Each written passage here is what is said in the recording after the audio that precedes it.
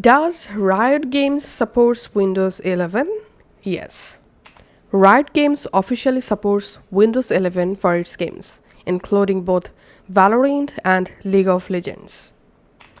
To play Riot Games on your Windows 11, first of all, come to this website, playvalorant.com. Here, click on Play for Free, and then go ahead and sign in or create a free account in this Riot Games website. And once you successfully logged in, here you get this interface. Choose your platform. So where you want to play Riot Games, you can select Xbox, PlayStation and PC.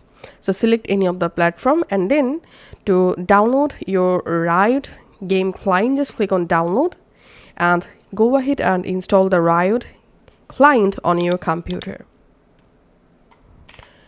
So here, as you can see, I've already installed the Riot client for free on my PC. So launch the Riot client, and here just come to this Valorant section, and here we can see the Valorant game.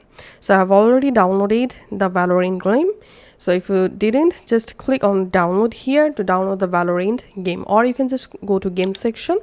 In this list, here you will find Valorant. Just click on download to download and install the Valorant game on your PC. Also from here you can download and install League of Legends, Wild Rift.